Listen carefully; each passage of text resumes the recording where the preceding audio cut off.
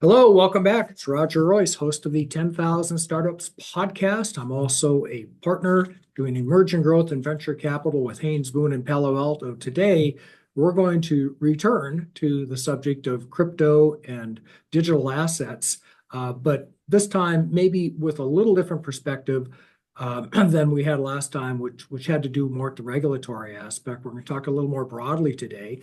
And our guest today is Derek Khanna. He is the former lead counsel at Digital Chamber. He's an American political commentator and columnist. He's written for the Washington Post and Guardian. He has a blog with Forbes. He's a regular contributor to several magazines. He's also been on the Forbes list of 30 under 30 for law in policy for his work in technology policy. So I want to thank you for being here, Derek, and I'm pretty anxious myself to hear what you have to say about the current state of things. Of course, excited to talk with you. So And let's it's an start. exciting time for this topic. So everything's in motion right now. Sure is. So let's start there. What is the state of crypto regulation in the U.S. right now? And by crypto, I mean digital assets generally. Sure. Yeah, I'm going to use those terms interchangeably. I always get messages from people when they don't like the term of art, blockchain, crypto, digital assets. So just for the sake of the conversation, I'm using them generally interchangeably here. It's been interesting because for a long time it seemed like legislation on this front was not going to happen, anyway, and that a lot of the bills were almost perfunctory.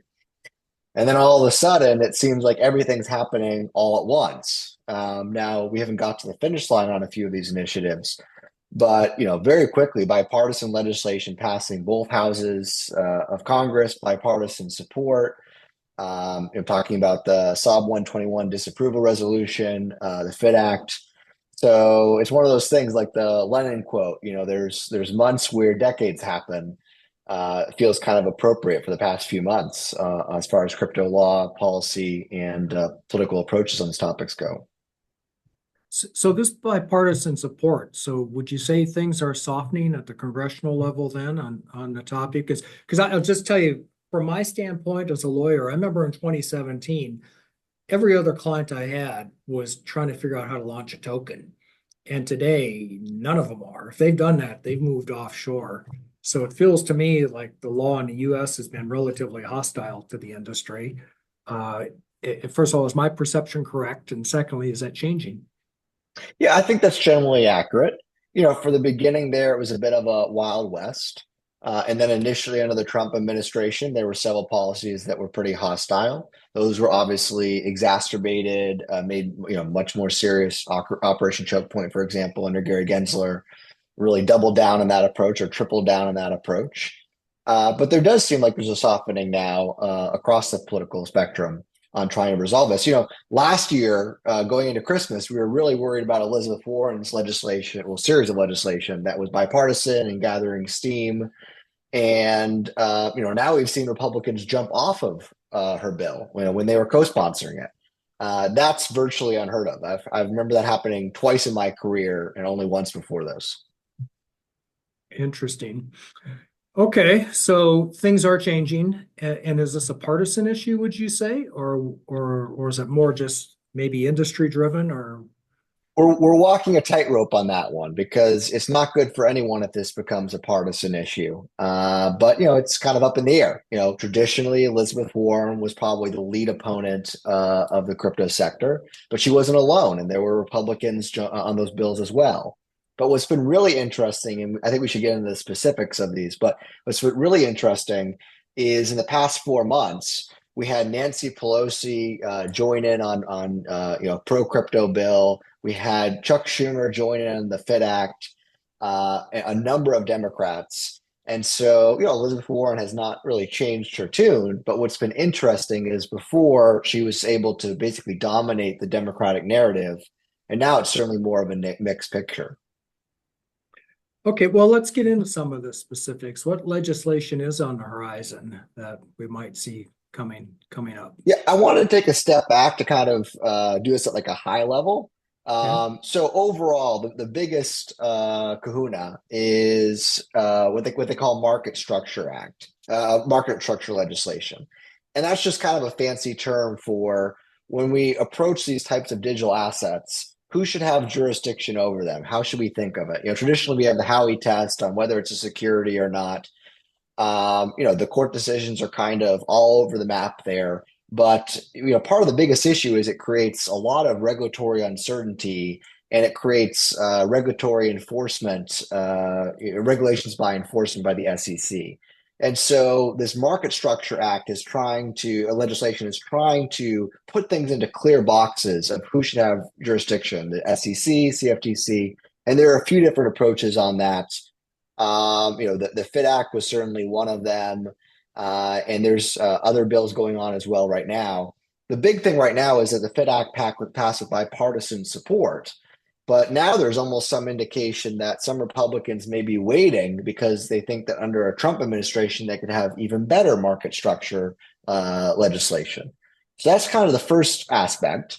And, Chuck Schumer said last week that he expects to pass crypto legislation by the end of this year.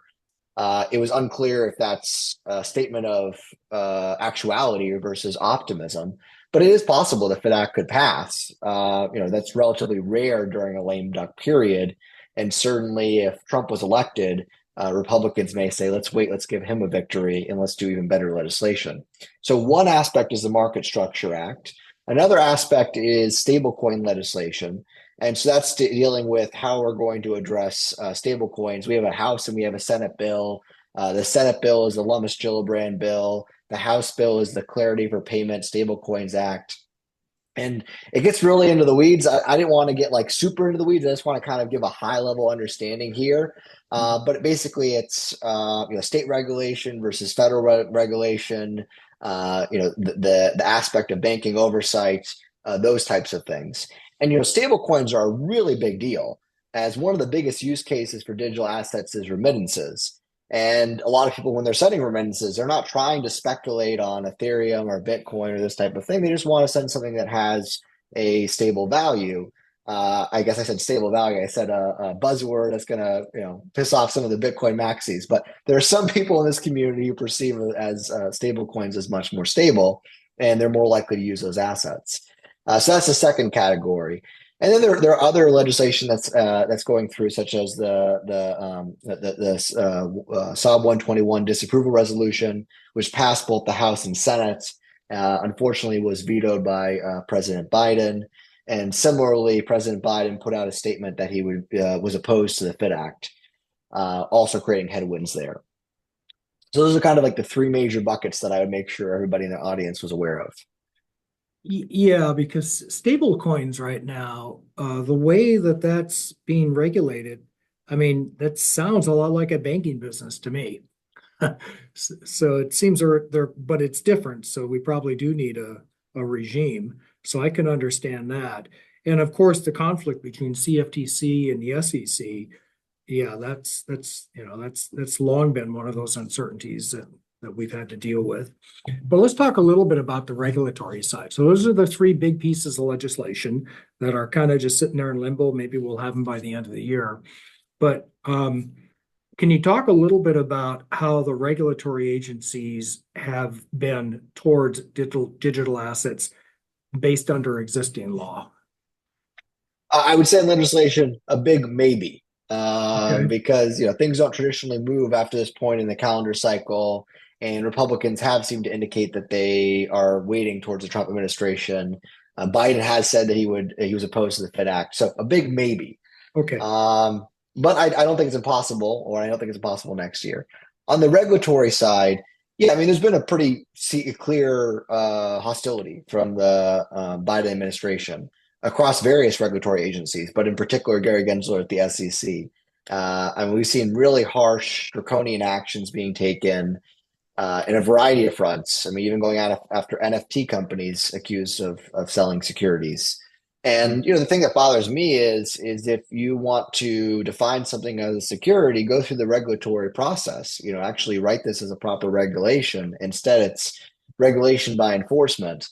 And it's kind of this funny workaround, because if you want to actually write regulation, you have the notice and comment period, you have all the rest of it. It takes years. But that's not really how the SEC is approaching this. And a lot of these smaller companies, they're just drowning in costs of defending themselves. And the worst examples, several of these companies have gone to the SEC before and asked for pre-clearance and said, is this a security? Is this a security? And the SEC basically says, go to our website. Which isn't an answer. And then years later, they decide, well, you have been selling securities this whole time. That's really, to me, quite an absurdity. But that's how this process has really played out. And it's quite expensive, particularly when this company's been operating for a few years. As you know, as a litigator, the costs rack up into the millions very quickly. Oh yeah. And so then you have these consent decrees, which are sometimes even worse because it's like, well, I can't litigate this to the end. So Yeah. And now the SEC, they haven't been all that successful in their litigation either, have they, with these cases? not when people actually fought it out. I mean, that's kind of interesting part is courts have been quite skeptical, notably in the Ripple case, for example, pretty significant, strike against them on what they thought was rather clear, but ruling that at least for some sales, it was not a security. Yeah, but like you say, given the cost of litigation and the fact that a lot of these companies, especially in my startup land, no investor wants their money to go into the company just to pay a lawyer to go litigate. I mean, it's kind of that's it. They're done. You're sued. You're done. You're over. So it's so I totally feel your pain on that one. Hey, let's shift gears here just a little bit. It is an election year. We do have we have a very clear choice in our two candidates. They probably couldn't be more different, presidential candidates. And I've been struggling a little bit to understand where they are on crypto because I know Trump was opposed to it 4 years ago, but now I just read in the paper he owns $1 million of crypto himself, and he's got the Winklevoss twins behind him. Kamala, I know, had urged public safety, regulation, etc. But recently, I see she's put together a crypto group. So I'm going to ask you, the expert, where are the candidates on this? Who's more friendly, or if we can even say? That's a real outstanding question, I'd say. Historically, Trump was very against Bitcoin. He called it a scam. He tweeted about it. His administration was not particularly friendly to Bitcoin. As I said, the Biden administration has tripled down on it. It's been significantly worse. But Trump has had a notable change of heart. It seems like he's surrounded by a number of people who really understand the space. His speech at the Bitcoin conference was very well received. He put a number of very serious proposals on the table. He's incorporated this into the formal Republican platform. I think the Bitcoin community in particular sees this as a very serious position from his administration that he's going to follow through on. And that's why he's received so much support. The Democratic side is more of a jump ball. We just don't know to some extent. It's a bit like criminology or, where you're kind of reading the tea leaves because the Biden administration, if that was continued, we'd obviously know exactly where that was going to end up. But there are a number of indicators on both sides of the aisle here. It's been about, I think, 20 days or so, and Kamala Harris hasn't put out a position on this. She wasn't able to attend the Bitcoin conference, although I wouldn't read that much into it, although some people on the internet did. It was only 3 days after she became the presumptive nominee. She's had a series of listening sessions. There was that event last week with Chuck Schumer, essentially implying that she would be pro-crypto. There's a lot of talk. Congressman Ro Khanna made the same types of points. A lot of talk, Wiley Nichols as well. But we haven't heard Harris in her own words. That being said, it feels to me like her approach is not to separate her policy meaningfully, at least until after the convention. So I'm going to watch after the convention very closely to see, as she asked this question by reporters or in the debates, but she has some ground to make up. There's certainly those on the Democratic side who are pushing her on this issue, Ro Khanna, Wiley Nichols in particular, and Chuck Schumer. But we don't know. It could go either way. But she's a prosecutor at heart. Her book is actually pretty pro-innovation, pretty pro-tech. She talks about Airbnb and all these other companies. She's a prosecutor in the Silicon Valley area. She's close to Congressman Ro Khanna. I could write a narrative for her coming, on the right side of this issue. We just haven't seen it yet. Yeah, I guess. Yeah, we'll have to wait and see. Like a lot of things with this campaign.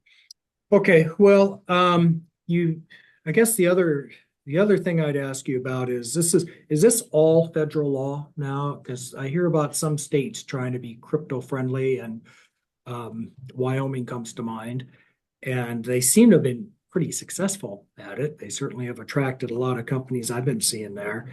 And it makes me wonder, it seems to me if there's anything that's probably more a matter of federal regulation, this is probably it. What's your view on New York, for example, with their bit license, right? Is there anything significant going on in the states that we should like keep an eye on? I mean, there's always stuff going on in the states, and one of the areas of some of these federal bills is what should be done at the federal level versus at a state by state area. New York famously, I think it was 3 years ago or so, banned Bitcoin mining when it was based on fossil fuel. That was a pretty significant impediment to the industry, and other states and other jurisdictions have considered that.